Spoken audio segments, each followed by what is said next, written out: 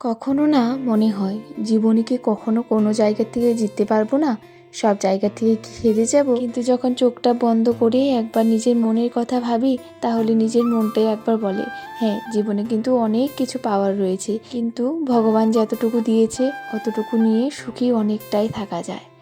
সকালে না আজকে বেলের শরবত করলাম। পাশের বাড়ির দিদির বাড়ি থেকে মা বেলগুলো নিয়ে এসেছিল, 3টের মতো বেল দিয়েছে। জানেন তো, বেলের শরবত খেতে আমার খুবই ভালো লাগে। জানেন তো, জীবনে এখন অনেক কিছু এমন রয়েছে যেই সব নিজের মনে পছন্দ না হলেও মনকে মানিয়ে নিতে হয় যে হ্যাঁ, পছন্দ করতে হবে। জানেন তো, জীবনে একটা জিনিস তো প্রুফ পেয়ে গেছি যে হ্যাঁ, সবার কথা যদি ভাবি তাহলে একটু হলেও নিজে কষ্ট পাবো।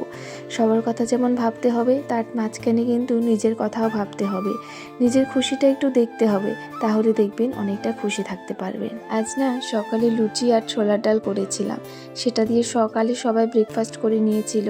আর তারপর আমি এদিকে ছোট ছোট যে লাল আলুগুলো রয়েছে সেগুলোই ছুলে নিচ্ছিলাম। আমি আলুগুলো খাওয়ার থেকে বেশি দেখতে পছন্দ করি, এতটা সুন্দর লাগে না আলুগুলো দেখতে।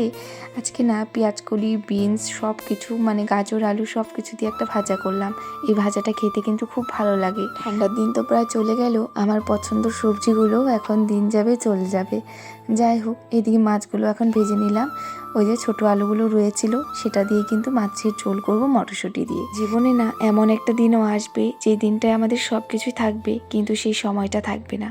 সেই জন্য সময় থাকতে নিজের ইচ্ছে স্বপ্ন সমস্ত কিছু পূরণ করতে পারলে খুব ভালো হয়। আজ তাহলে আসি, সবাই ভালো থাকবেন, সুস্থ থাকবেন। রাধে রাধে, বাই।